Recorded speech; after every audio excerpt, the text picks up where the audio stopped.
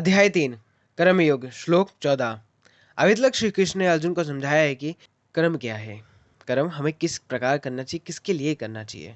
और इसी प्रकार समझाते हुए श्री कृष्ण अर्जुन को अभी और आगे बता रहे हैं कि भगवान श्री कृष्ण ने कहा, सारे प्राणी अन्न पर आश्रित हैं जो वर्षा से उत्पन्न होती है। वर्षा यज्ञ संपन्न करने से होता है और यह यज्ञ नित्य कर्मों से उत्पन्न होता है। वेदों में नियमित कर्मों का विधान है और यह वेद साक्षात भगवान परम ब्रह्मा से प्रकट हुए हैं। फलत सर्वव्यापी ब्रह्मा यज्ञ कर्मों में सदा स्थिर रहते हैं। हे प्रिय अर्जुन, जो मानव जीवन में इस प्रकार वेदों द्वारा स्थापित यज्ञ चक्र का पालन नहीं करते, वह निश्चित ही पापमय जीवन व्यतीत करते हैं। ऐसे व्यक्ति केवल इंद्रियों की तृप्ति के लिए ही व्यर्थ में ही जीवित हैं।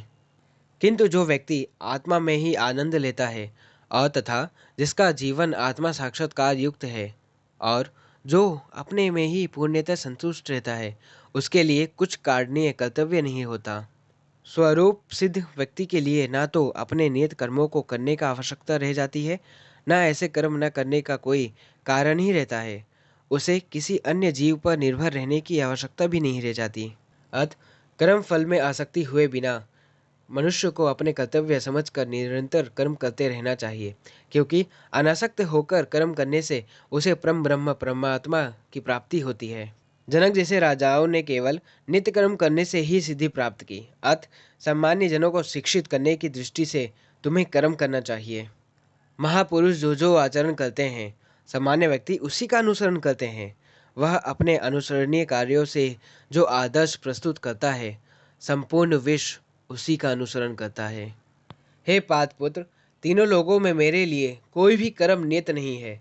ना मुझे किसी वस्तु का अभाव है और न आवश्यकता ही है, तो भी मैं नित्य कर्म करने में तत्पर रहता हूँ। यदि मैं नियत कर्म को न करूँ तो सारे लोग नष्ट हो जाएंगे। तब मैं अवंचित जन समुदाय को उत्पन्न करने का कारण होऊंगा और इस तरह संपूर्ण प्राणियों की शांति का विनाश बनूंगा।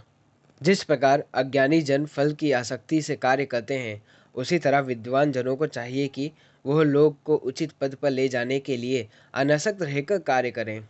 विद्वान व्यक्ति को चाहिए कि वह सकाम कर्म में आसक्ति अज्ञानी पुरुषों को कर्म करने से रोके नहीं, ताकि उनके मन विचलित ना हो। अपिंतु भक्ति भाव से कर्म करते हुए उन्हें सभी प्रकार के कार्यों में लगाएं, जिससे कृष्ण भावना वृत्त का कर्मीय विकास हो।